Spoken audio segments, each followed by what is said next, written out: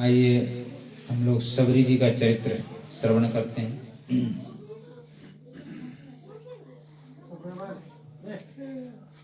सबरी जी प्रथम पहले जन्म में रानी थी। तो राजा बहुत जो है धन वाला था, मान सम्मान भी खूब था, प्रतिष्ठा भी खूब थी, लेकिन भक्ति भजन में उसकी रुचि नहीं थी। सत्संग कथा भक्ति भजन से दूर रहते थे। लेकिन रानी का मन करता था कहीं सत्संग कथा हो तो वहां जाए सुने, लेकिन राजा नहीं जाने देते। तो एक बार प्रयागराज में कुंभ मेला लगा, तो सब लोग संत महात्मा अपना अपना छावनी शिविर लगाते हैं कुंभ मेला में। और वहां पर राजा को तो कोई मतलब नहीं था धर्म कर्म भक्ति से, लेकिन अपना शान शौकत दिखाने के लिए उसने भी एक शिविर लगा लिया वहां पर।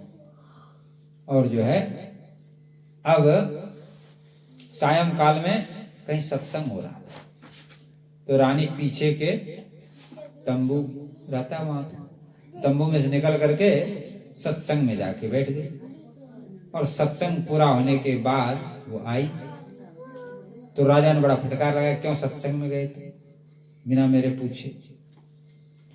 तो रानी को बड़ा कष्ट हुआ, बोले जीवन व्यर्थ है, बिना भगवान की भक्ति के जीना बेकार है।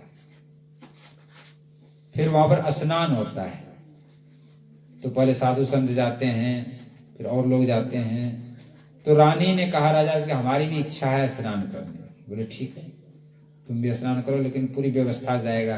दोनों तरफ तंबू लगा दिया गया कि कोई देखे नहीं, और आगे सैनिक, पीछे सैनिक, बगल में सैनिक, और दास दासियां, बीच में रानी है। रानी ने सोचा कि मैंने सोचा चलो इसी बहाने संतों के दर्शन होंगे, लेकिन यहां भी कुछ नहीं हो रहा है। तो रानी त्रिवेणी संगम, जहां गंगा जमुना सरस्वती तीनों नदियां मिलती हैं प्रयागराज में, वहां पर स्नान करने के लिए गई। तो रानी ने सब दास दासियों से तुम लोग थोड़ा दूर रहो, मैं स्नान करके आती हूँ। त्रिवेणी संगम में जाकर के त्रिवेणी संगम से हाथ जोड़ के प्रार्थना की कि हे त्रिवेणी महारानी, आप ऐसी कृपा करो कि मेरा जो अगला जन्म हो उसमें नीच घर में जन्म लूं, और सुंदरता बिल्कुल ना हो, कुरूप हो, जिससे कि ये सब झंझट खत्म हो जाए। ऐसी कृपा करें और भगवान की भक्ति हमें मिले। ऐसा करके उन्होंने त्रिवेणी में अपना शरीर त्याग दिया। तो दूसरे जन्म में सबर नामक भील के यहाँ जन्म लिया। कोल भील आदिवासी जाति है, तो नाम पड़ गया सबरी। अब सबरी और कोल भील जो आदिवासी होते हैं उनका काम है पशु पक्षियों को मारना, खाना, यही सब। लेकिन सबरी सबसे अलग थी। सबरी जो कंद मूल फल जंगल में होता था उसको खा करके अपना निर्वाह करती थी। तो उसके माँ बाप और सब कोल भील कहते यार ये लंका में विभीषण कहाँ से आ गया, यहाँ तो सब ऐसे ही, पता नहीं ये कैसी आ गई यहाँ पर। लेकिन वो तो अपना जो है कंदमूल फल खाती और भगवान का भजन। धीरे धीरे सयानी हो गई, तो उसके माँ बाप ने सोचा इसका विवाह कर दिया जाए। तो कोई बढ़िया भील जो है देख लिया, और विवाह का तारीख तय हो गया। अब वहां पर विवाह में क्या करते हैं आदिवासी लोग, बकरा बकरी का मांस बरातियों को खिलाया जाता है। तो कई बकरा बकरी पकड़ करके बांध लिया। अब सबरी ने देखा कि सब बकरा बकरी बहुत बंधे हुए हैं, तो माँ से पूछा कि माँ ये सब क्या है। बोले कि तुम्हारा विवाह होने वाला है, बारात आने वाला है, इसको बारातियों को परोसने के लिए सब व्यवस्था की गई है खाने के लिए। तो सबरी को बड़ा कष्ट हुआ कि बोलो देखो हमारे कारण से इतने जीवों की हिंसा होगी। तो कष्ट हुआ, उसने जितने भी बकरा बकरी थे सबको खोल दिया, रात में मुक्त कर दिया। बोले जाओ तुम लोग मुक्त। तो देखो हर एक प्राणी आशीर्वाद देता है, तो उन बकरा बकरियों ने भी आशीर्वाद दिया कि जैसे तुमने हमको मुक्त किया वैसे तुम भी मुक्त हो जाओ। किसी जीव को आप कष्ट दोगे तो आपको श्राप देगा कि तुम भी कष्ट भोगोगे, चाहे पशु हो, पक्षी हो, मनुष्य हो, कोई भी, सबके अंदर हृदय है। और किसी को भी आप सुख दोगे वो भी आपको सुख देने का आशीर्वाद दे।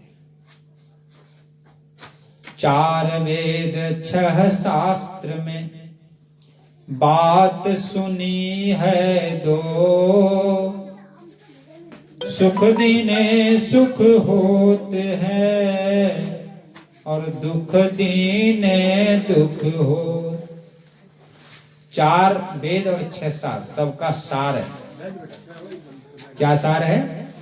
कि सुख देने से सुख मिलता है और दुख देने से दुख मिलता है। किसी को आप सुख दे रहे हो तो सुख आपको मिलने वाला है, और किसी को आप दुख दे रहे हो तो दुख आपको मिलने वाला है। तो सुख दुख स्वयं ही भोगना पड़ता है। काहुन को सुख दुख कर दाता, निज कृत कर्म भोग सब भ्राता। कोई किसी को न तो सुख देता है न कोई किसी को दुख देता है। हम ही कुछ करके आए हैं, हमने ही कोई पाप कर्म किया है, किसी को दुख दिया है तब दुख मिल रहा है। और यदि हमको सुख मिल रहा है तो हम किसी को सुख दे करके आए हैं। इसीलिए किसी को दुख मत दो, नहीं तो आगे दुख मिलेगा। सबको सुख देने का प्रयास करो तो आपको आगे सुख मिलेगा। तो जो बकरे बकरियां थी उसने सबरी को आशीर्वाद दिया कि तुम भी सुखी होगी, तुम भी मुक्त हो जाओ। और उसी रात्रि में सबरी उठ करके वहां से भाग गई। और भागते भागते बहुत दूर, इतना दूर चली गई कि जहां लोग न पहुंच सके। तो किष्किंधा पहुंच गई जहां पंपा सरोवर है। और पंपा सरोवर के निकट मतंग ऋषि भजन करते थे। अब वहां पर पहुंच करके सबरी ने विचार किया कि ये लोग तो ब्राह्मण हैं, साधु संत हैं, मैं नीच जाति की, छोटी जाति की, और इनके पास मैं जा नहीं सकती हूँ, पहले छुआछूत बहुत। तो सबरी ने विचार किया कि कैसे सेवा करें ऋषि महात्माओं का। तो रात्रि में जिस रास्ते से संत लोग जाते थे उस रास्ते को झाड़ बहार करके साफ कर देती थी और सूखी सूखी लकड़ी ला करके सब महात्माओं के कुटिया के आगे रख देती थी। ऐसे कई दिन तक चला। तो मतंग ऋषि ने अपने शिष्यों से कहा कि कौन सेवा करता है, इसका पता लगा। तो रात्रि के समय कुछ शिष्य लोगों ने पहरा दिया। तो पहरा दिया तो सबरी को तो कुछ पता ही नहीं था कि कोई पहरा भी लग रहा है, तो जो है पकड़ लिया जो है। अब तो बेचारी थर थर कांपने लगी कि पता नहीं क्या दंड देंगे। पकड़ करके मतंग ऋषि के पास। तो मतंग ऋषि ने कहा कि बेटी डरो मत, तुम कौन हो, कहां से आई हो, किस लिए आई हो, पूरा अपना परिचय बताओ। तो सबरी ने कहा कि महाराज मैं ऐसे ऐसे सबर नाम भील की लड़की हूं और संसार से दुखी होकर के आई हूं, भगवान की भक्ति करना चाहती हूं। तो मतंग ऋषि ने कहा बेटी, मतंग ऋषि ने ध्यान धारण करके देखा तो बोले अरे ये तो महान, आगे चल के महान भक्ति मती होने वाली है। बोले बेटी तुम चिंता मत करो, भगवान की भक्ति में सबका अधिकार है। किसी भी वर्ण का हो, किसी भी आश्रम का हो, किसी भी जाति का हो, भगवान की भक्ति सब कर सकते। जाति पात पूछे नहीं कोई, हरि को भजे सो हरि को होई। भगवान की भक्ति करने का अधिकार सबको है। बालक को भी है, वृद्ध को भी है, जवान को भी है, स्त्री को भी है, पुरुष को भी है, ब्राह्मण को भी, क्षत्रिय वैश्य शूद्र सब, अंत्यज किसी भी जाति का हो, किसी भी वर्ण का हो, भगवान की भक्ति करने का अधिकार सबको। तो सबरी तुम्हारे लिए एक अलग कुटिया बना देते हैं, इसमें प्रेम से रहो, भगवान की भक्ति करो। तो सबरी को गुरु मंत्र दीक्षा कंठी दे दिया और भगवान श्री राम का ध्यान बताया। बोले बेटी इसी में बैठ करके राम राम राम राम करो। अब जो और भी साधु संत महात्मा थे, ब्राह्मण थे, उन्होंने कहा देखो एक तो ये नीच जाति की स्त्री, एक तो नीच जाति का दूसरी स्त्री है और तुम इसको रखे हुए वहां पर, या तो इसको रखना हो तो हम लोग तुम्हारे साथ नहीं रहेंगे और हमारे साथ रहना हो तो इसको भगाओ यहां से। तो मतंग ऋषि ऊंचे महात्मा थे, उन्होंने कहा कि नहीं, ये वास्तव में भक्ति करने का अधिकार नहीं, तो मैं इसको नहीं छोड़ सकता। तो सब संत महात्मा ने बहिष्कार कर दिया, बोले हम तुम्हारे साथ नहीं रहेंगे, छोड़ दिए। मतंग ऋषि ने कोई परवाह नहीं की। अब सबरी वहीं पर रहने लगी और वहीं गुरु जी की सेवा करती, झाड़ू बाड़ी करना, अपना आश्रम का कुटिया का कंद मूल फल बेर जो भी जंगल में ले आती, गुरु जी को अर्पण करती, गुरु जी जो भी दे देते प्रसाद रूप में उसको पाती, इस तरह से, और प्रतिदिन सत्संग सुनती थी। इस तरह से जीवन के काल बड़ी शांति से बड़े भजन करती हुई बीतने लगा और अंत में फिर मतंग ऋषि का भगवान के धाम में जाने का समय आ गया। तो सबरी बड़ी व्याकुल हो गई, क्योंकि गुरु जी से इतना प्रेम था उसका और गुरु जी का अतिरिक्त कोई था भी नहीं। तो बड़ी व्याकुल हो गई, रोने लगी कि हे गुरुदेव, मैं आपके बिना कैसे रह पाऊंगा। तो गुरु जी ने कहा बेटी चिंता मत करो, गुरु तो सर्व व्यापक होता है, तो हम तो तुम्हारे पास ही हमेशा है, लेकिन इस शरीर का समय निश्चित है, इसलिए मुझको तो जाना ही पड़ेगा। और भगवान राम स्वयं तुमको दर्शन देने के लिए तुम्हारी कुटिया पे आए। तो भगवान राम के स्वरूप का वर्णन करने लगे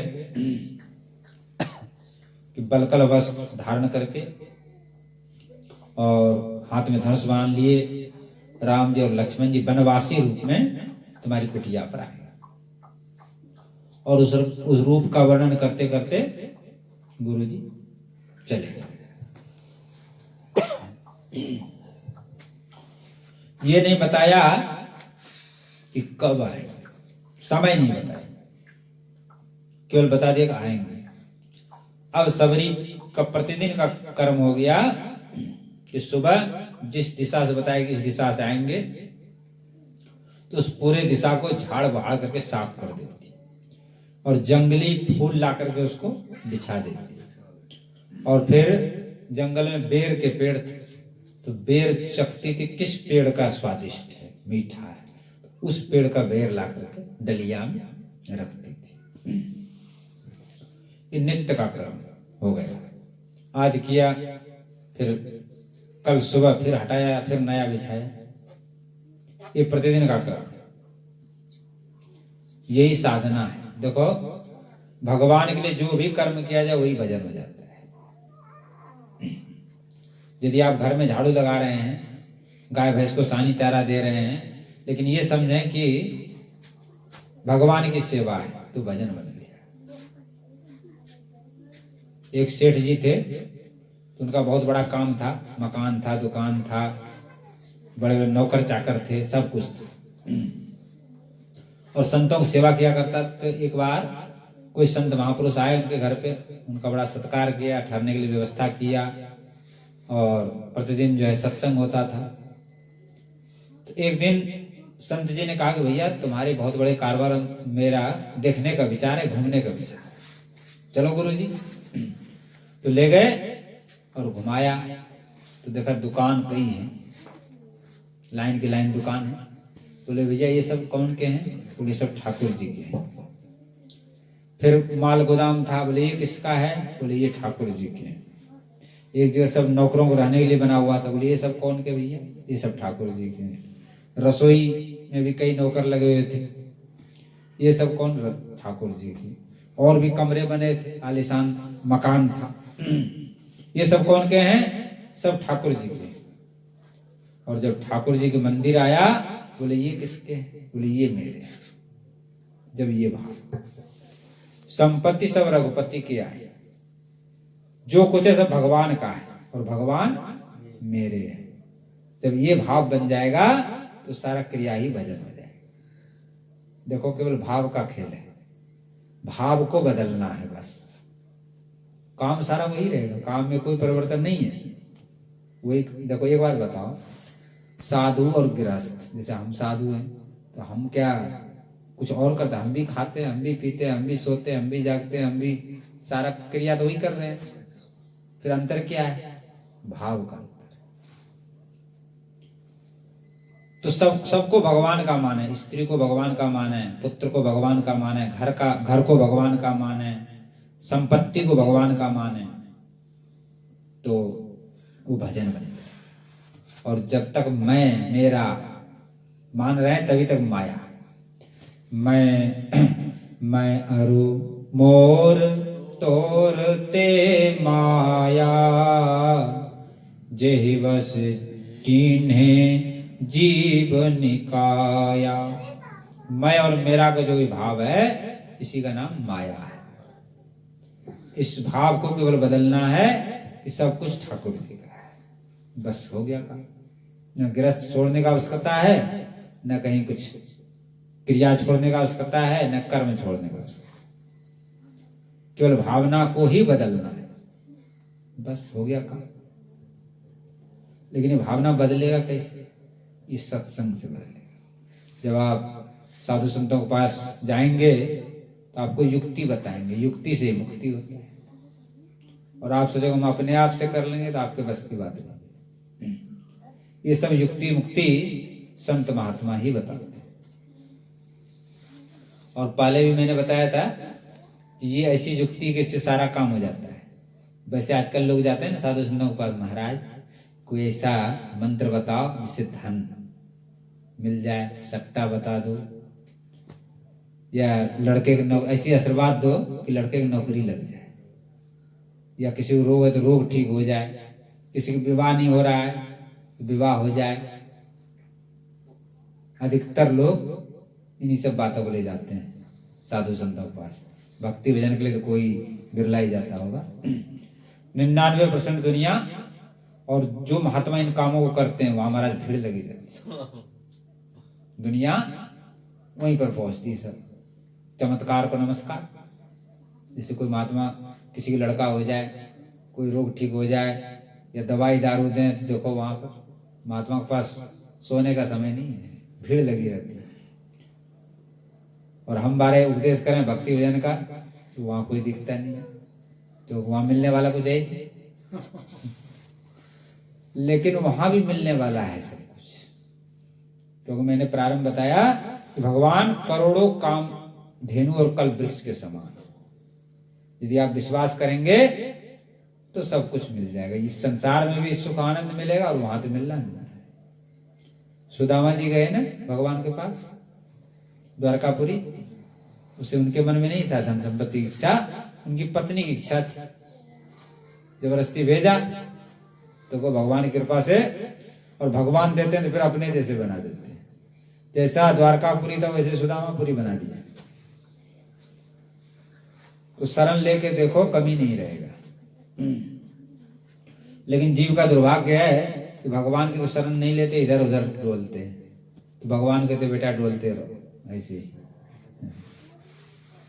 इस तरह से प्रसंग पे चलते हैं।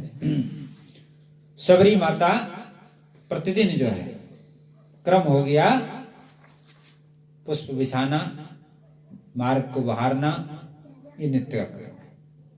और नित्य प्रति देखते हैं कि भगवान राम आएंगे।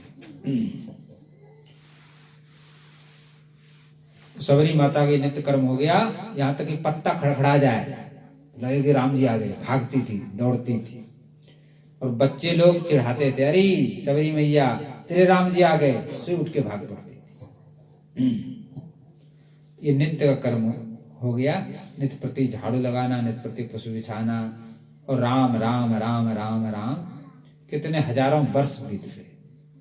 लेकिन गुरु जी के वचनों में विश्वास है कि गुरु जी ने कहा है कि राम जी आएंगे तो जरूर आएंगे।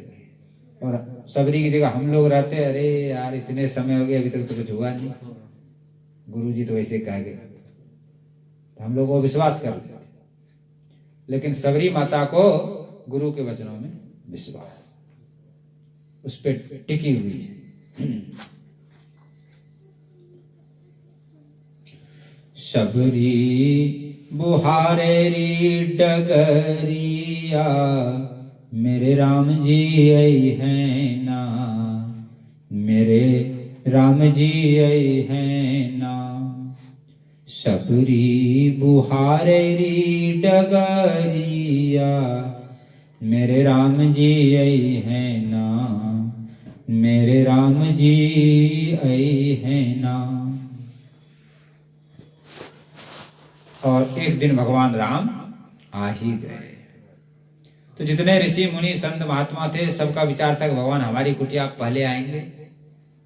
लेकिन भगवान सबसे पूछ रहे हैं कि सबरी माता कुटिया कहाँ है, सबरी माता कुटिया कहाँ है। तो साधु महात्मा बड़ा अचंभा हुआ। हम लोग इतने समय से जो है कर्मकांडी 3 काल संध्या करते हैं, वेद मंत्रों को उच्चारण करते हैं, हवन करते हैं, यज्ञ करते हैं, सत्संग कथा करते हैं, भगवान हमारे यहाँ आना चाहिए। और ये सबरी नीच जाति की, अभी तक उनके मन से भ्रम नहीं गया है, नीच जाति की इसके यहाँ भगवान जा रहे हैं। लेकिन भगवान नहीं सुन रहे किसी की। भगवान तो कह रहे सबरी माता कुटिया, इधर चले जाओ महाराज। अब भगवान पहुंच गए और सबरी माता तो अपने लग दी। जैसे भगवान सबरी माता से ही जाके पूछ रहे कि सबरी माता कुटिया कहाँ है। सबरी माता ने जैसे आंख उठाया ऊपर, तो जो गुरु जी ने स्वरूप बताया तो वही स्वरूप सामने आकर के, अब तो सबरी पागलों जैसी हो गई, उठ के नाचने लगी, शरीर का होश ही नहीं। बहुत देर तक नाचती रही तो भगवान ने कहा कि खड़े रखोगे कि बैठाओगे। तो भावुक लोग कहते हैं उल्टा पीढ़ा था, उसी को बैठा दिया भगवान। भगवान भी प्रेम से बैठ गए। और उसके बाद जल लेने के लिए दौड़ी पंपा सरोवर की, और जल लेकर के लौट रही थी तो रास्ते में कुछ साधु महात्मा आ रहे थे। तो इनको तो होश ही नहीं था, बेचारी छू गई। अब तो महाराज वो साधु महात्मा आग बबूले हो गए, अरे दुष्टा नीच कहीं की, छू दिया हमको और पवित्र कर दिया, हमको दोबारा नहाना पड़ेगा। सबरी कुछ पता ही नहीं, वो तो अपना दौड़ के चली आई। अब ऋषि महात्मा दोबारा नहाने गए तो देखा कि वो पंपा सरोवर में केवल खून और रक्त पीप भरा हुआ है। तो सबने कहा ये क्या हो गया, ये क्या हो गया। चलो सब लोग भगवान राम को, नहाना धोना कैसे होगा, वही पंपा सरोवर ही था, वहां पर कोई था ही नहीं जल का साधन।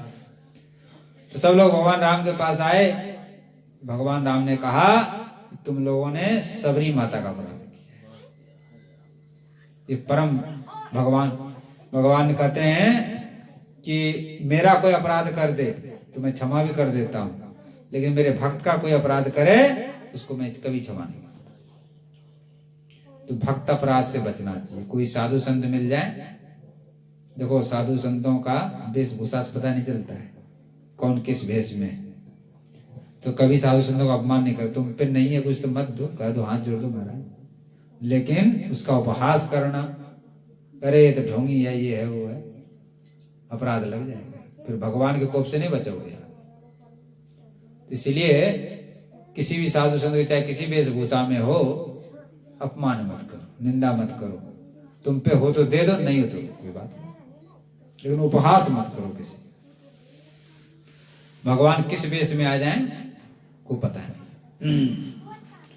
इसलिए किसी कवि ने कहा है, बड़े प्यार से मिलना सबसे दुनिया में इंसान रे, बड़े प्यार से मिलना सबसे दुनिया में इंसान रे, न जाने किस बेस में बाबा मिल जाए भगवान रे। न जाने किस वेश में बाबा मिल जाए भगवान। किस वेश में भगवान मिल जाए पता नहीं, इसलिए सबसे प्रेम का व्यवहार करना चाहिए। तो सब संत महात्मा गए वहां पर, तो बोले आप लोगों ने सबरी माता का अपराध किया है, तो सब लोग सबरी माता से क्षमा मांगो। और सबरी माता स्वयं अपना चरण उस जल में रखे तब जल पवित्र हो सकता है। तो सबरी माता को तो मान सम्मान से कोई मतलब ही नहीं था। संत जो होते हैं मान सम्मान से ऊपर उठे होते हैं, न उनको मान से मतलब है ना अपमान से मतलब है। तो भगवान राम ने कहा, तो सबरी माता गई दोबारा उस जल में अपना चरण स्पर्श कराया तो जल पुनः शुद्ध हो गया। अब इन साधु महात्माओं आंख खुल गई। हम लोग तो आज तक सबरी माता को क्या समझ रहे थे, लेकिन सबरी माता वास्तव में भक्ति मती हैं। और हम ही लोग जो है, हम लोगों के अंदर भक्त अपराध हुआ है, सबने सबरी माता से क्षमा मांगी। उसके बाद भगवान ने उनको नवधा भक्ति का उपदेश दिया। हाँ, फिर जो कंदमूल फल थे, चरण धोए बैठाया और कंदमूल फल खाने के लिए दिया। कहीं कहीं ऐसा भी प्रसंग आता है कि बेर चक चक करके दे रही। तो दोनों तरह का भाव है। कहीं तो ये भाव है कि चक करके पहले लाई थी, और कहीं कहीं कहते हैं कि चक चक के दे रही। तो दोनों अपने अपने स्थान पे ठीक है, क्योंकि भाव में कुछ भी हो सकता है। ये भाव राज्य है। यहाँ कन्हैया भी जूठा खाते हैं सखाओं के साथ बैठ करके, वो उसका खा रहे हैं, वो उसका खा रहे हैं, कन्हैया के मुंह में दे रहे हैं, फिर अपने खा के अपने मुंह कन्हैया के मुंह में दे दिए। तो भाव राज्य है। हम लोग नकल नहीं उतारना चाहिए उस बात को, वो तो भगवान की लीला है। तो सबरी माता बेर दे रही है, भगवान बड़े प्रेम से खा रहे हैं। और लक्ष्मण जी से कहा, लक्ष्मण तुम भी लो, तुम भी खाओ। लेकिन लक्ष्मण जी ने व्रत कर लिया था, कुछ खाना ही नहीं है 14 वर्ष तक, न सोना है न खाना है। तो उन्होंने बेर फेंक दिया, लेकिन वो खाना पड़ा। धौलागिरी पर्वत पे जाकर संजीवनी बूटी बन गया। और जब लक्ष्मण जी को शक्तिवान लगा है, तो हनुमान जी लाए हैं उसको, और वो उनको खाना पड़ा है। इस तरह से नवधा भक्ति का उपदेश दिया। प्रथम भगति संतन कर संगा, दूसरी रति मम कथा प्रसंगा। प्रथम भक्ति है संतों का, और दूसरी मेरे कथा में प्रेम। इस तरह से नवधा भक्ति का उपदेश किया, और दिव्य रूप धारण करके सबरी माता भगवान के धाम में गए। तो कहने का अर्थ ही है, जाति पात कुल धर्म बढ़ाई। भगवान इन सब चीजों को नहीं देखते, न जाति देखते, न कुल देखते हैं, न मान बढ़ाई देखते हैं। भगवान तो मानव एक भगत करना था। भगवान कहते हैं मैं केवल एक भक्ति का नाता है मेरा। भगवान भक्ति के वश में।